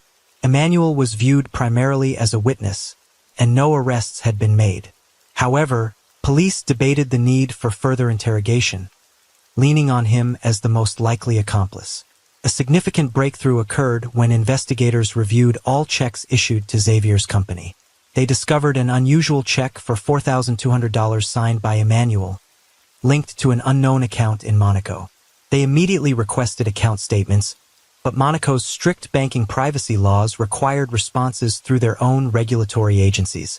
On September 28th, four police officers revisited Emmanuel's residence. After a long wait, Emmanuel emerged disoriented and, in his underwear, barely able to confirm his identity. His apartment was sparsely furnished, littered with empty alcohol bottles, suggesting a deep loneliness. Emmanuel hadn't received any letters or calls from Xavier, which troubled him deeply. Police no longer considered him a suspect, but rather a lost soul, raising doubts about their investigative focus. Xavier had become one of France's most wanted alleged murderers, possibly internationally notorious. In 2015, a journalist claimed to have received a letter from Xavier asserting he was alive. Handwriting, DNA, and fingerprint analyses were conducted on the note, but they yielded no new information. On January 9, 2018, police raided a monastery in Rebrin-sur-Arne after a tip-off about a monk resembling Xavier. After 2 hours of intense searching, they determined it was a case of mistaken identity. On January 18, 2019, Emmanuel died of a heart attack. That same year, authorities mistakenly arrested a man believed to be Xavier at Glasgow Airport in Scotland. Another theory suggested Xavier might be in South America, particularly Argentina, where his language skills and charisma could aid in blending in. Over the years, the Church of Philadelphia has persisted and reportedly experienced a resurgence. This secretive group, active for nearly 40 years, remains withdrawn from the world. In the summer of 2019, two brothers raised within the sect filed new complaints against Christine and Genevieve. For 2 decades, these women have staunchly proclaimed that Xavier is alive, innocent, and hiding in the United States under witness protection. They refute the contents of the April 9th letter as pure fabrication. While this could be seen as denial, it might also obscure certain truths. Since 2011, the case has been fraught with speculation and false leads, leading authorities down endless paths. The crucial question remains, will justice ever be served for Agnes and her children? Despite a bleak outlook, some believe that the truth will eventually come to light.